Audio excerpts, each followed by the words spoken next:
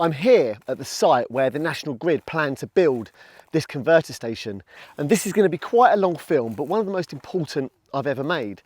Firstly, I'm going to tell you about what's happening here, and then secondly, I'm going to tell you what's here wildlife wise, and thirdly, what you can do, and then I'm going to hang around here until night time.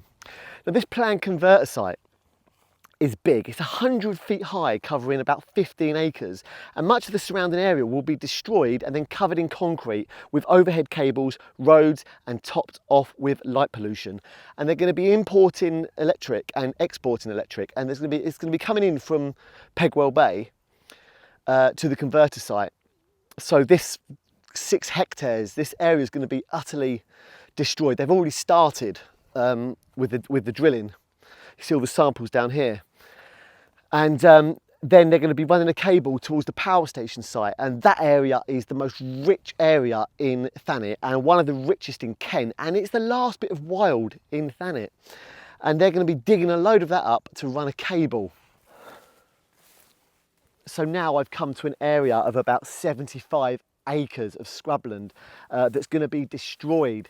It's a place that's so incredible that in the past we've been very secretive of it because it's so incredibly rich in wildlife, and the majority of this area in particular will be destroyed just to run a cable to serve the converter station.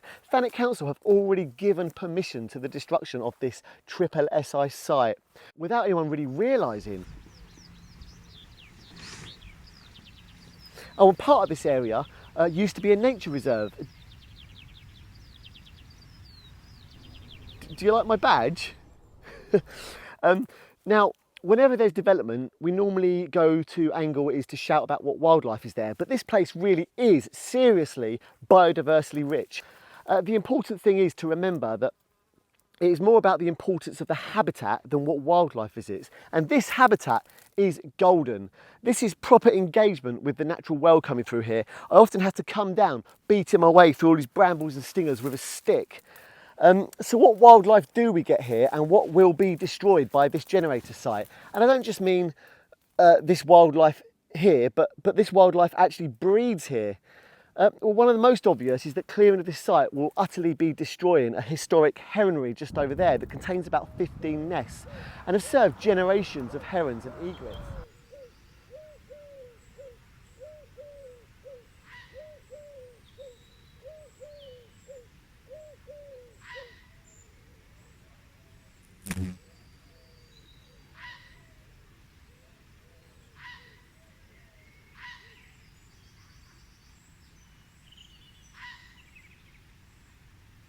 There are water voles here in this area, brown hares, beavers use the nearby stream. We get grey partridge here, turtle doves, skylarks, yellowhammers, nightingales, long-eared owls, barn owls, little owls, tawny owls, swans, lizards, slow worms, grass snakes, lots of bats. It's a bat roost site. It's incredibly special, lots of solitary bees and important insects. Many of the creatures that visit this habitat are threatened with extinction. Once this area is destroyed, wildlife won't be back. All these creatures live on the edge. And I'll bet you many people in Thanet have never encountered such incredible creatures. It's an extinction of experience for people too.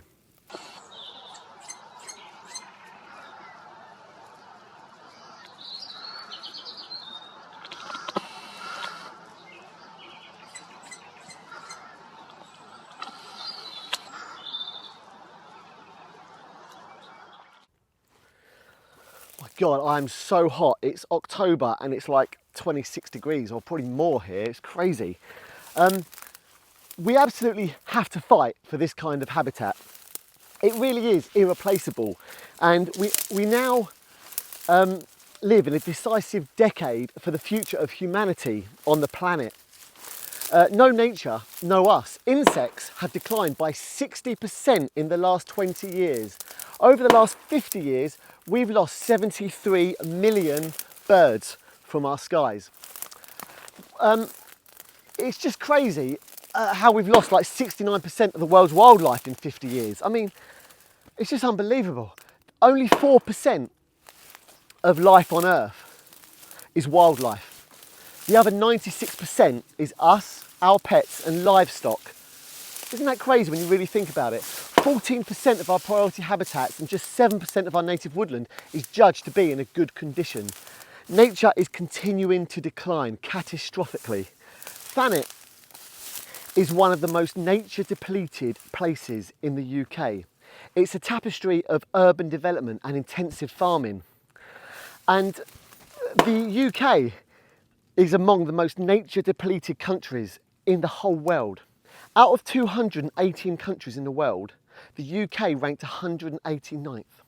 So if you want nature to thrive, it's down to us to do something and stand up and shout. Apparently the National Grid profit £300,000 a day already from importing and exporting from this Richborough site.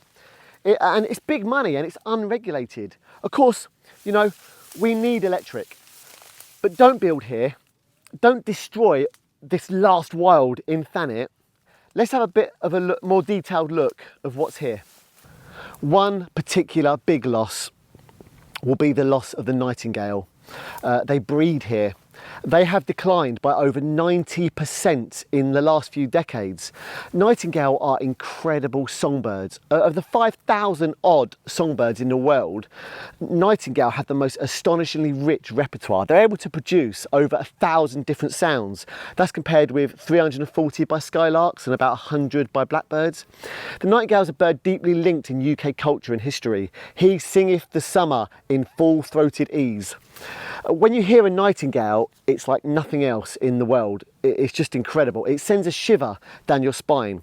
Here's a bit of a video of me listening to one right here this spring. Just in there.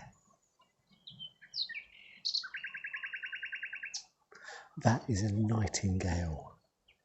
A male nightingale singing its heart out in Thanet. I'm in Thanet. This is probably the only place in Thanet you'll see nightingales. I can just see him through there, just pick him out. It's a little brown bird.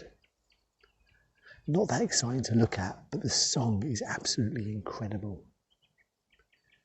And he's singing his heart out in there, trying to attract a passing female coming over. And it's a bird that's in severe decline. And every spring I make it my mission to listen to nightingales as much as possible because they don't sing for long. And if they're lucky enough to find a mate, they stop singing. And the population, the name is common nightingale, but sadly they're not common anymore. The population is actually sort of moving down towards the southeast as it declines. So we're one of the strongholds for nightingales, but still they are very rare. Now I'll bet many of you have never had the opportunity to hear a nightingale. They are so rare. And when this development goes ahead, you'll never hear one in Thanet again. This area where they are is going to go. And the land to the south of this area, the old Richborough power station site that's been getting reclaimed by nature, it's already been destroyed. Let's go and take a look and peek through the hedges at that. So as you burst out the site, neighbouring it to the south is the wind turbine, the Richborough Power Station wind turbine. This used to be Richborough Power Station Nature Reserve. And you hear that noise? That is the noise of a peregrine falcon. And peregrine falcons nesting there.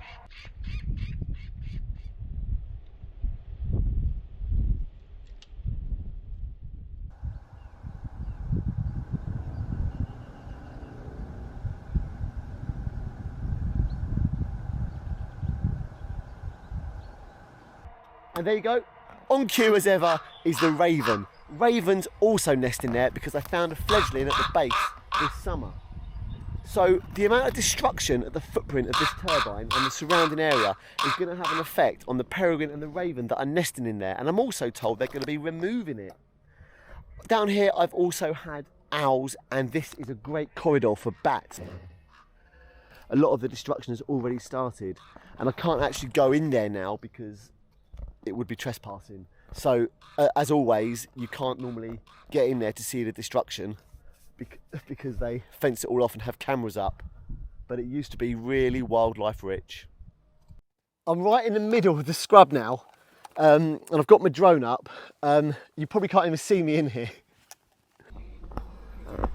It's just starting to get dark now, so I've got my bat detector out. Down here at this site is one of the best places for bats. It's incredible.